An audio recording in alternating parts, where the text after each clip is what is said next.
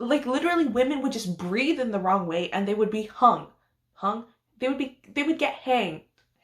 What's I'm livid right now. Hi, hello, welcome to my channel, or welcome back. My name is Fatima and today we're going to be talking about My Dark Vanessa by Kate Elizabeth Russell. So I read this book earlier this year and I really love it. It is probably one of my favorite books now of all time, and it follows two different timelines where our main character, she is 15 in the first one and 30 in the first one. And when she was 15, she got into this relationship with her teacher. The teacher was 42. By no way does this book romanticize that relationship or say it's a good relationship at all. But now that she's 30, she's confronted with the reality that she faced as a 15-year-old girl because other students are coming out with allegations towards the same teacher for sexual assault or pedophilia or grooming. And trigger warning for sexual abuse, rape, grooming, pedophilia, for suicide. Warning, there are going to be spoilers. I am going to get into spoilers. So right off the bat, when we start off the book, I remember one of the first scenes that we read is her masturbating on the phone with him, and he's describing a scene when she was 15 or like young with him, and I was like, excuse me, why? You were a child then. Why is this getting you off? Like, red flags all around from the get-go. Right away in their relationship, you can see huge red flags. And there's always this idea that like, oh, girls are like mature faster than boys or whatever like that. I don't care if you mature faster than your age or whatever. If you're 15, you are still 15 and you still have the brain of a child. Everything to a teenager feels all-consuming. So while this relationship to our teacher might not seem as big as it is to our main character, it's all-consuming. It's everything to her, right? Not to say that all 15-year-olds are easily manipulated, but they are easier to manipulate than a grown adult who has a better grasp on life than someone who's 15. There's multiple instances in this book where the adults could have stepped in and noticed something was happening, going on.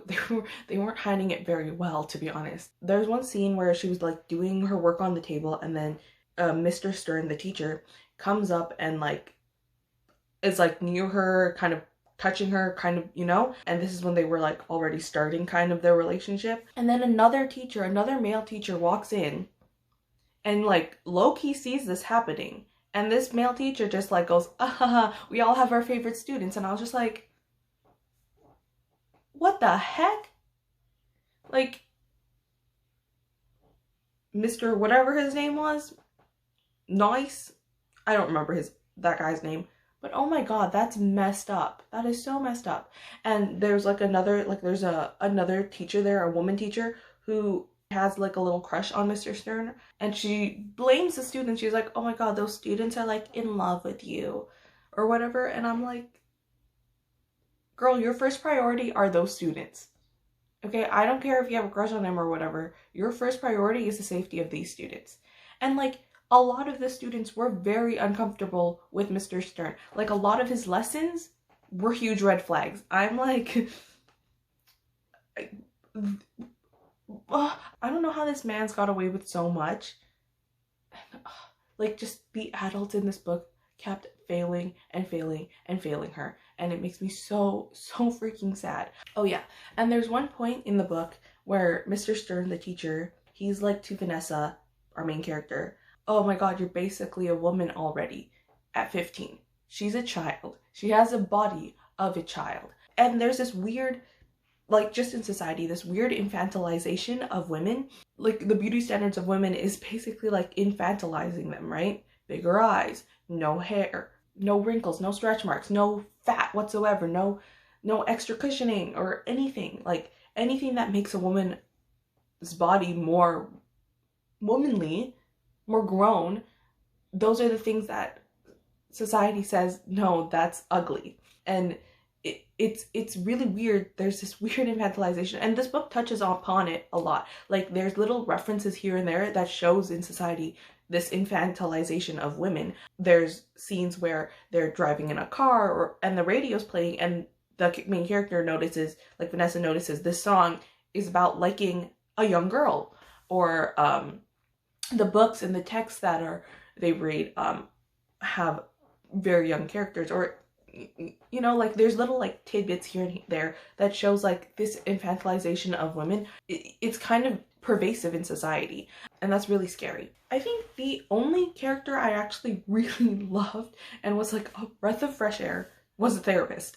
I love the therapist. Thank God for this therapist, because I feel like she's the only one who was actually, you know, level-headed in this situation and like able to help our main character, which, I mean, that's what therapists are supposed to do, so that's great. I'm really, really glad she at least had that therapist. And I don't know if this was just me picking up on this, but like, I think maybe our main character has low-key depression, because there's lots of instances where, and this is not indicative of depression in general, but there's this kind of like these little moments that kind of lead up to like, girl, maybe are you depressed? Which, I mean, would make sense given her past trauma, and also she had a very messy room, or people like Mr. Stern would always call her lazy or whatever, and like, that's not laziness, that's probably depression. So that kind of irked me, that he was just like, oh, you're so lazy, like blah blah blah, like you have to be better than this. And it really sucks, because it seems like she had a talent for writing and poetry and English in general, and it makes me really sad that all of that opportunity was taken away because of this one man, and also because so many of the adults didn't step in when they needed to step in. What I really like what this author did though was the voices when she was 15 and 30 years old were pretty distinct, which is really interesting to see, because as a 15-year-old, like I said earlier, as a teenager, everything to you is all-consuming, and you really see that in the way that when she's 15, it's portrayed. Like, everything she thinks about is just Mr. Stern. And then at 30, like, while it is Mr. Stern as well, there's other factors in her life that she is also thinking about. You know, she has a more adult brain. It's really interesting to see, like, when she's 15 and seeing this kind of like rosy tint to the world, because there's times when she like disassociates from her body because of what's happening to her, but still she kind of sees it through this kind of rosy, loving tint, which is really interesting, because I don't know if you were a teenager and you were to read this, maybe you would understand her more and you'd be like, yeah, I don't see what's wrong with it. But I think that's why these books are so good, because it really shows people how to, like, that it's not okay, and like this behavior from a man or teacher is very predatory, very manipulative. Like, he's literally grooming her. Remember, this is not a love story at all. I understand that she sees it through kind of a rosy tint when she's 15, but this is not at all a love story, and it does not try to portray itself as a love story. It literally just tells you a story of this one girl who is now dealing with past trauma and going through it. Even as an adult, this affects us. And I think that idea, a lot of women and people, but mostly women, deal with this notion of something that happened to them when they were too young to grasp and too young to understand, whether that be like a butt grope or a leer, or, you know, and I'm sure a lot of women will agree, where it's just like, you don't realize the extent of how bad it is until you're an adult and you're like, whoa, that was messed up what I went through as a kid.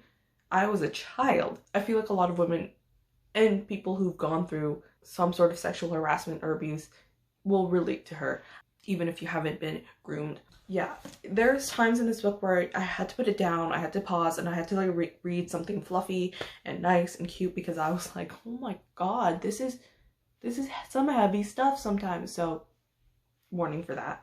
And it's one of those books that I just keep thinking about to this day. And so again, like I said earlier, there's spoilers. This is a major spoiler for the ending, because the ending, I feel like, could have been very controversial. I'm not sure if it was controversial or anything, because we're all leading up to this moment where she can confront him and take him down, bring him to court, she has the evidence, etc. And she decides not to.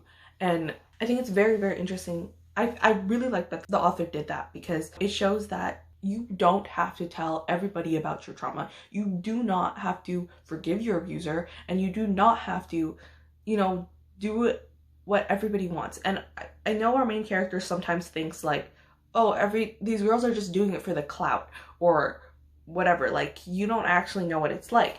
And the thing is, girl, yes, they do know what it's like. They just have more confidence to speak out. And this is happening during the Me Too movement, like when she was 30 years old.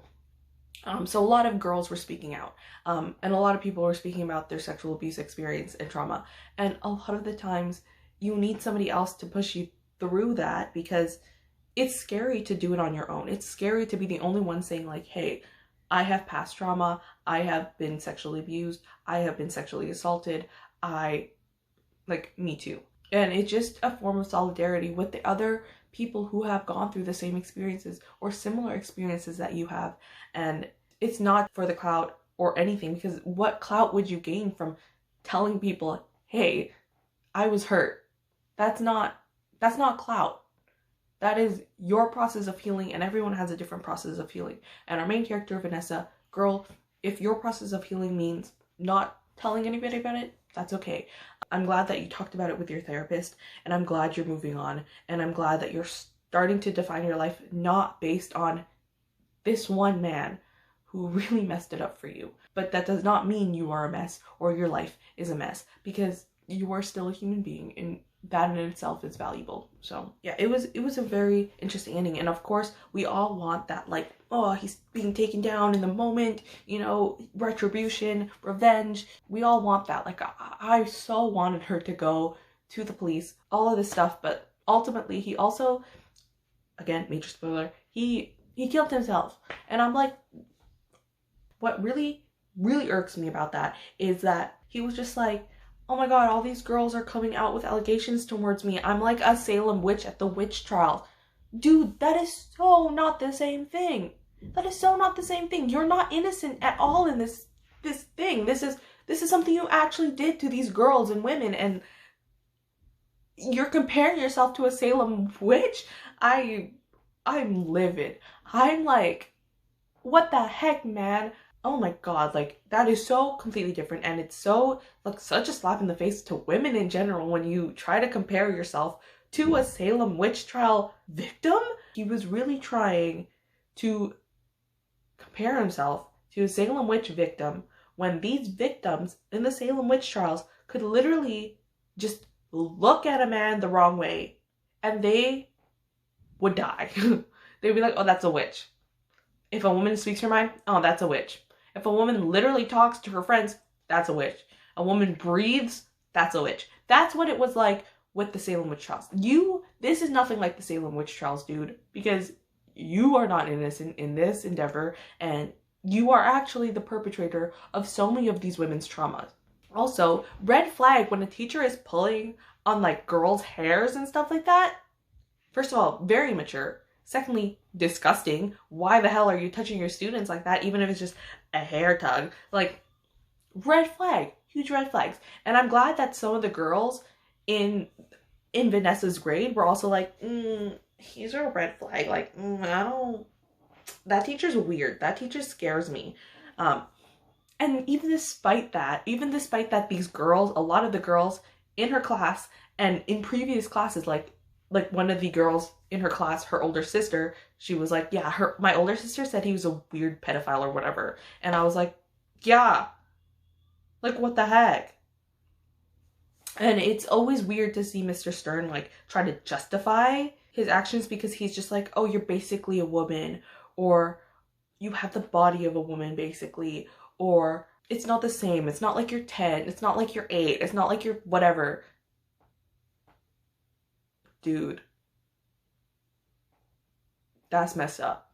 That is so messed up. Also, there's this part with her college professor, Henry, I think was his name, and how he got with one of his past students but one of the past students was an adult and in his university classes. And while it's not ethical by any means for the teacher, at that point, you were a grown adult and everything to you is not all consuming like you are as a teen. So you have an adult brain.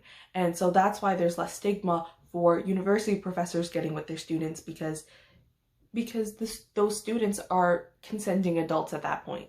Whereas a high school student, you were a child. So I guess I'm just telling that to Vanessa there. But Yeah, not to say that there isn't a gross power dynamic between that, because there is, especially if that student is in your class during the time of your relationship, which is very unethical. You shouldn't know. But ultimately, that university student is an adult with an adult brain. Because if I think about how I acted as even just a 19-year-old versus someone who, right at my age, like 23, my thought processes are so much different than, like, there's such a vast difference between me now versus just a couple years ago. And that's because back then you haven't been that exposed to the world, and your brain isn't quite developed to be an adult, obviously, because you're a child. And I'm not saying that by any means, like, that you are not smart, even if you have a child's brain or whatever. It's just you're still developing and you're still learning and you're still trying to understand where you fit in life. So while it's unethical what Henry did with his wife, she's a consenting adult, whereas you were a 15-year-old child. And also throughout the book, we see a lot of Vanessa's thought processes, yes, because we're literally in first person with her. It's really sad to see her blame herself a lot of the times for the situation that she's in, or for Mr. Stern's actions and things like that. And it's, girl, it's not your fault. It is not your fault you got manipulated. It is not your fault that the adults failed you. It is not your fault. And I'm really, really glad that the therapist was like really helping her through these ideas that she had of guilt and shame. And again, therapist, my favorite character by far. I'm like, thank you. There's one character in here that is telling you what you need to hear. So thank you, therapist. Also, when that other student came forward about the whole issue, like she saw Mr. Stern and Vanessa in the car on a field trip or something like that, I remember. And the other student saw this and was just like, that's messed up. I need to tell someone about it. I'm really glad she did tell someone about it, because it means like it'll be coming to light and stuff. And it makes me really, really sad that Vanessa didn't see this as like a good thing. Obviously, she didn't see this as a good thing. She saw this as like, oh my God, they're jealous, or oh my God, what will I do? Like it's scary stuff. And even with like the parents, like her mom, like I know that mom's trying her best, but when you know that something is wrong, you need to do something about it. Not just be like, okay, you need to get her to some therapy. Get yourself in some therapy, girl. Yeah, but the sheer amount of times like Mr. Stern gets away with his crap, disgusting. Absolutely disgusting.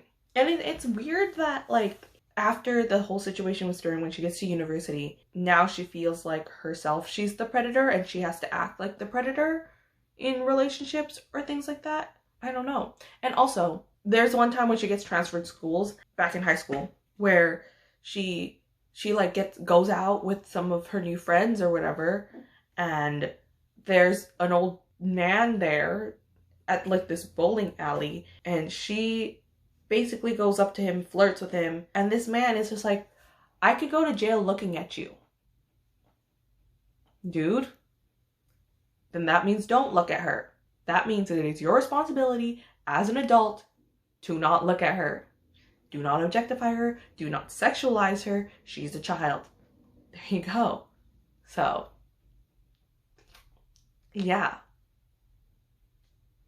Don't. If you are thinking, oh my God, I could go to jail because you look so young, this is risky. Dude. No way, dude. No, just don't. Just don't be gross. Or else, just be a decent person. Why is it hard? Why is that hard? Oh, also, a lot of what manipulators and groomers do is isolate. So girl, by you not having any friends or an emotional support system, you are like prime target for this man's. That makes me really, really sad. I mean, I feel like I've said these points already. Like, I feel so bad for our main character and the adults who failed her. And it really, really sucks, because you want girls to be aware of this issue, and like you just want teens to be aware that grooming and pedophilia and predatory behavior exists and where to spot that. But they are also children. They should not be taking on this burden themselves. And that's why I tend to blame the adults more in this situation. I don't blame this child at all for the situation she was put in. Oh my god, so many adults really saw this happening and decided to do nothing, to keep their mouths shut because paperwork or something. I don't know. Prestige of the school down? I don't know. Just don't hire pedophiles then. Like, this book gets me heated because how much the other teachers fail. And I want to be a teacher. I want to be a high school teacher. And that's why whenever the adult teachers in here failed this student, I feel so bad because I never want that to ever happen to any of my students or any students in general. And the thing is, like, so much of this stuff goes under the radar, and I'm really glad this book exists because so good for discussions. Oh, also, when she was a child, that was a straight up rape scene. We literally got a straight up rape scene in here, and I was like, oh my god. So, trigger warning for that. I was like, oh my, whoa. Yikes. Big yikes. Oh yeah, and also, he kept gaslighting her. Kept being like, oh, do you think this is abuse? Like, this is not abuse, right? You totally consented. I remember asking you, dude, she was a child you manipulated and groomed. Yeah, it's sexual abuse. Like, you totally want this to be like a revenge story or whatever, but that's not the point of this book. The point of this book was to create discussions surrounding predatory behavior and the infantilization of women. Like, as a 15-year-old girl, how much of the patriarchy is already on your shoulders? I think ultimately the ending was good because it wasn't a story about revenge or getting your comeuppance. I don't know. Like, it wasn't about that. It was about, this isn't about the abuser. This is about someone who has to heal from trauma. And a lot of the times, even if you go to court for sexual abuse or sexual harassment or any of that stuff, you won't be believed. And that's why I always tend to believe women. So please believe women. Please believe victims. Anyways, one of my favorite books by far, probably of all time now, that I read this year. Thanks for watching. Thanks for staying with me. Let me know what you guys think down below if you've read this book or what you think about it. What you thought about any of it. I would be glad to hear your thoughts about it. Thanks for staying for my ramblings. I hope I'll see you in the next video. Have a good day/night. Bye.